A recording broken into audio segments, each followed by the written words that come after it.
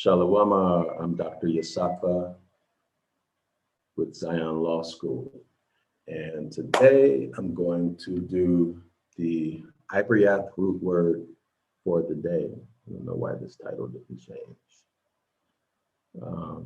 Anyway, I'm going to do the Ibaryath root word for today. And it's coming from the book I'm writing called well, I haven't decided really on the title yet, but it's an index of every Ibaryath word in the Hebrew scriptures, okay? An index of every verbal Ibaryath word. And I think I'm gonna put all Aramaic roots in there also. It just depends on how many pages it is and how I feel. But if I don't put it all in, if I don't put the Aramaic with the Ibaryath, I'll put the Aramaic in a separate book. But right now, the plan is to put the Aramaic with the Ibaryath, okay? So this is gonna be very, very fast video, okay? I'm gonna try to get these videos done within 3 to 5 minutes, okay? So let's take a look at the first root word, okay? Well, I'm only going to do one root word. Let me share my screen. And again, this is from my new book. So if you want to get a copy of it, it'll be available within a couple weeks, two weeks, 4 weeks, something like that. But anyway, here's our word. So Ibaryath, of course, is read from right to left. Okay, so far right to far left. Sorry about that, mosquito. Far right to far left. So we'll start here. This is, as I mentioned, always position 1, if you can see the cursor. Position 1, position 2, position 3. Okay, position 3. All right. So the way to speak this would be a, ba, da. So this is pictograph a, this is pictograph ba, and this is pictograph da. So if we put it all together, it's abada, okay? Abada, right? Abada. So it takes a little practice to get used to this. But once you practice, it becomes very easy. And don't worry if you forget the sound of each pictograph. That's just part of the learning process. And so don't worry about that.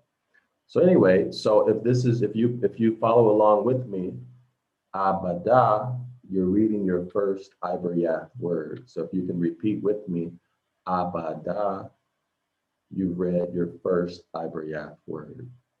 Okay, so now let's look at the meaning of this word. All right, so the meaning of this word is parish. Parish, okay. The meaning of the root is parish. The meaning of the root is parish. And I keep repeating that to emphasize that it's a root. So when we say root word, it's really not it's not an accurate way to say it, because roots are not words, but roots are known as words, the way we communicate. But anyway, this is a root word or a root, and it means parish. So now let's go and do a screen share so we can look up what parish means, okay? So give me 1 second. Let me pull this up. We'll look at the English meaning of parish, okay? We do this all the time in the classes. So I think there's a delay, so I'm gonna just wait a second for the for you to be able to see my screen. I don't know what's going on, but let me see. So I may have to do this video over because it's not, I don't think, hold on. My screen, I guess, is not showing. So I'll run through this.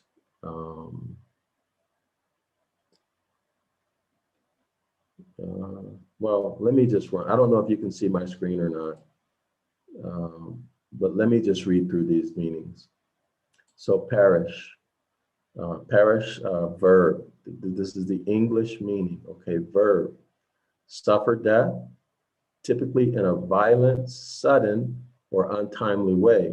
And then when we look at the similar words, we see die, lose one's life, fall, expire, pass away, go to glory, give up the ghost, go the way of all flesh, croak, flatline, and then there are others, okay?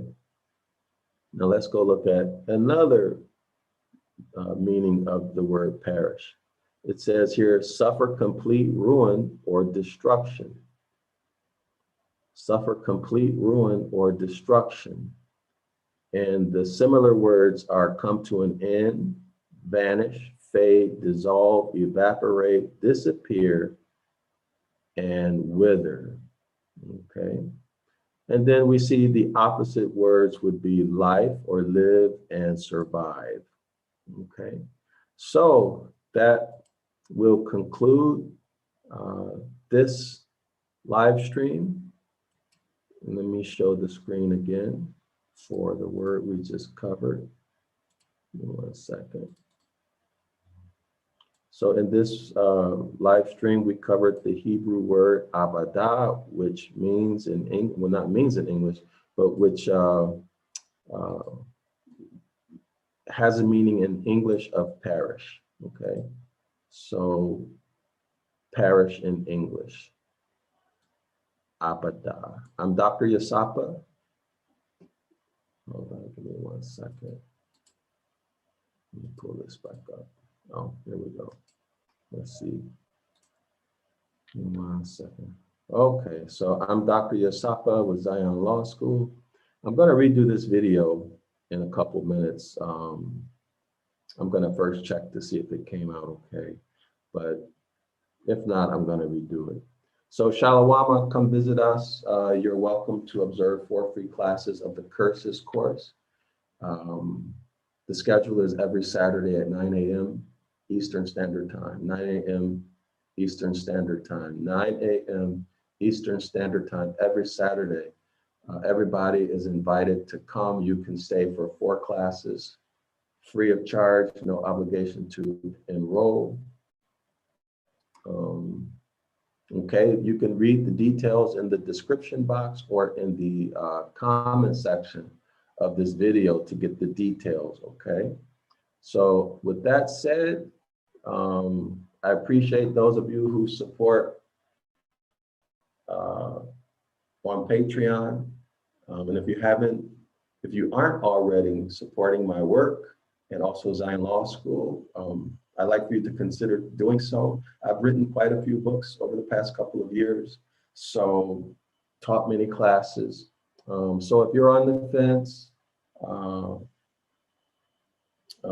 if you don't know, feel free to come take a class. Feel free to support by purchasing our books, enrolling in classes, or just giving a donation, liking the videos, commenting, especially commenting, subscribing. All that support really, really helps. It helps me be able to write these books, okay?